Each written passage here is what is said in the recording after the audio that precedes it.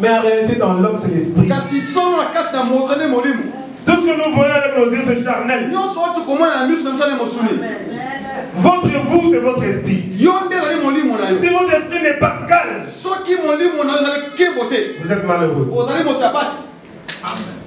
Alléluia. Amen. Sephora a compris cette chose. Sephora, ce soit qu'il est cambole. Elle s'est dit, pour que je ne perds pas de valeur,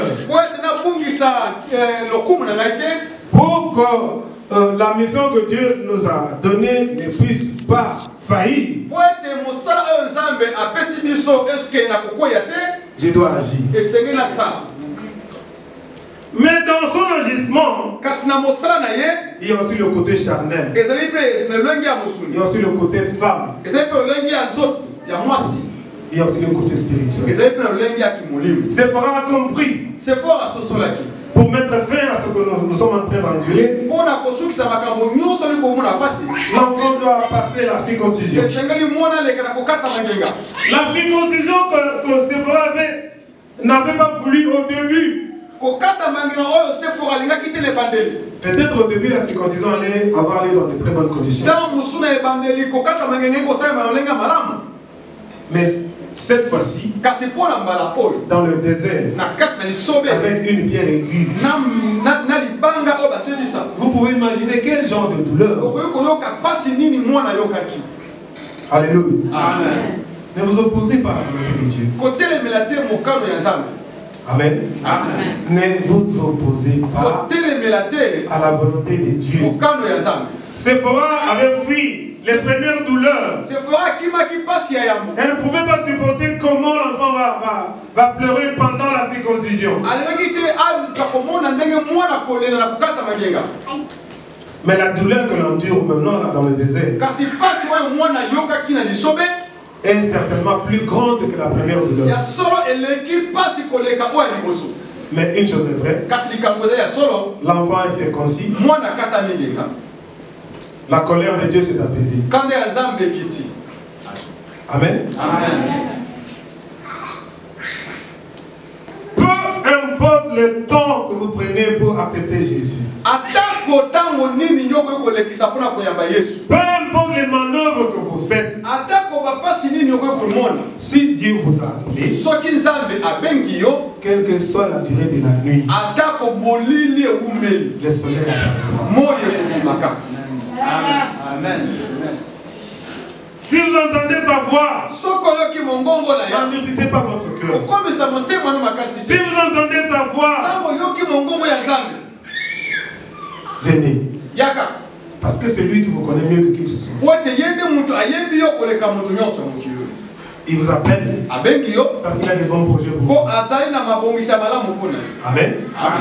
Et si vous voyez que rien ne marche tout autour de vous, ne cherchez pas les sorciers comme celui-là. Les sorciers n'ont aucun pouvoir sur nous. Je vais vous donner un conseil. Si vous comprenez que les sorciers ont maintenant de pouvoir sur vous, ce que vous n'êtes plus sous l'ombre de l'Éternel. Donc en réalité, vous devez vous dire ceci. Je me suis fait maudit. Moi, j'ai permis à ce que le sorcier puisse avoir le pouvoir sur moi. Parce que je suis sorti dans la volonté de Dieu. Je ne suis plus sous l'ombre de la grâce de Dieu. C'est pourquoi le monde a le pouvoir maintenant sur moi. Alors ne dites pas Dieu m'a maudit. Dites plutôt je me suis maudit. Parce que Dieu ne maudit jamais. Il a dit les projets qu'il a pour nous, ce sont les projets de bonheur et non de malheur. Et dans les bonheurs, la malédiction n'existe pas. Les blocages n'existent pas. Les freinages n'existent pas. Les calomnies n'existent pas. Dans les bonheurs, il y a l'obéissance, il y a la soumission, il y a le respect. Je vais vous rappeler quelque chose que j'avais appris hier ici. Notre papa, notre grand frère, notre oncle, notre ancien Il avait partagé avec nous son expérience en matière de données. Il avait dit ceci. Bien-aimé, avec l'âge que j'ai et l'expérience que j'ai fait avec mon épouse,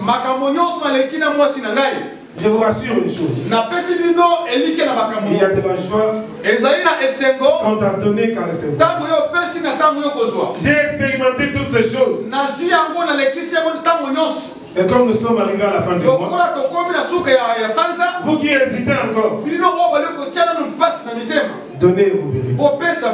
Donnez et vous verrez. Et moi, je vais ajouter aussi quelque chose. Par rapport à l'expérience que j'ai faite moi aussi, en matière du respect de l'heure. Parce que nous sommes en Europe et nous sommes en France. Nous parlons votre langue. Le petit français que je parle ici, c'est celui que j'ai appris au lycée. À qui? Moi, je suis venu en Allemagne pour étudier. Mais je parle vraiment un bon allemand. Mais le français, je me débrouille. Amen. Amen. Et en français, on dit le temps c'est l'argent. Ceux qui vont au travail savent ce que cela veut dire. Et si le monde connaît l'importance de la ponctualité, à plus forte raison, Dieu qui a créé le temps. Est-ce que les saints comprennent ce que je dis? C'est nous qui avons dit à notre Dieu. Je ne veux parler que d'aujourd'hui. Que nous serons là aujourd'hui de 10h à 14h. C'est nous qui avons dit à Dieu. Et Dieu est derrière sa parole pour l'accomplir. Peu importe les raisons que vous avez données.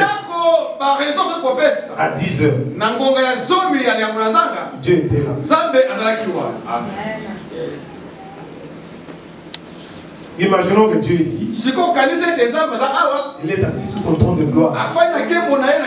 Aujourd'hui, c'est le jour de son repos. Le jour qu'il attend recevoir de nous les adorations, les éloges.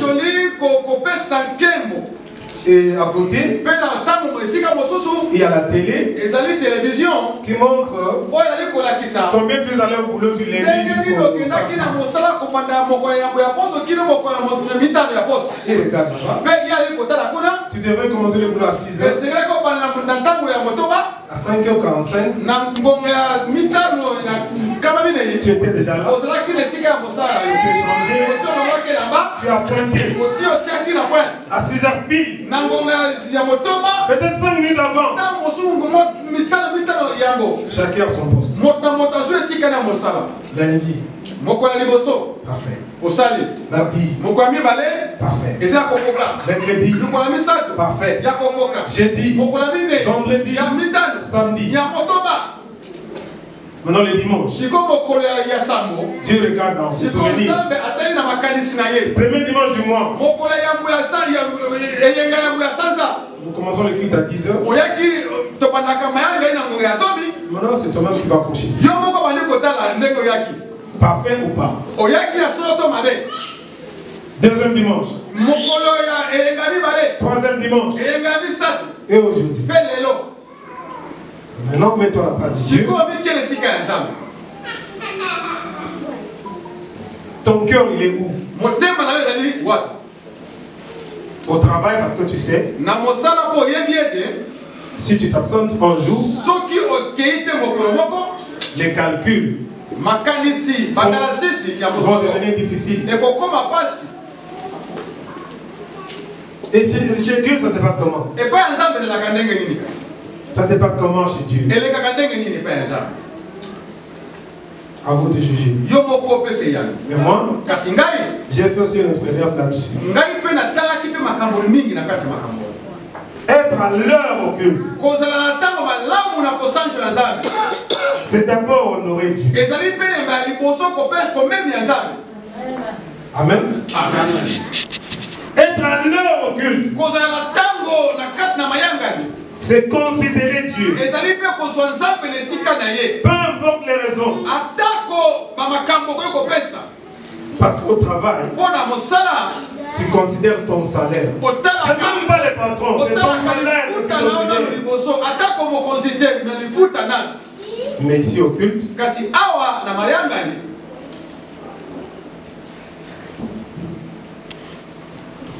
est-ce que ça va? Est-ce que ça va? Est-ce que tout le monde est-ce que tout le monde je fais que mon travail. Je suis appelé pour ça. Venir à l'heure au rendez-vous de l'Éternel, c'est considérer l'Éternel. Tel que vous considérez l'Éternel, tel qu'il vous considère aussi. Essayez de bien considérer l'Éternel. Et vous allez voir. Parce que notre Dieu, comme papa avait dit hier, il dit, viens, et tu verras ce que je ferai de toi. Mets-moi l'épreuve, et tu verras. Suis-moi, et tu verras. Prends ton épouse, et vous deviendrez. Je parle votre langue. Vous comprenez de quoi ce que je parle? Vous devez venir d'abord. Vous devez le servir d'abord. Vous devez le respecter d'abord. Et après vous verrez s'il n'agit pas.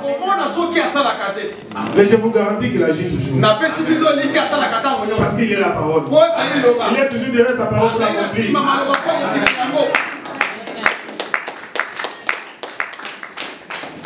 Séphora a compris. Il a pris une pierre aiguë. Elle a fait ce qu'elle a fait. Le sang a coulé. L'enfant est entré dans l'alliance. Le père est conservé. La vie du papa est conservée.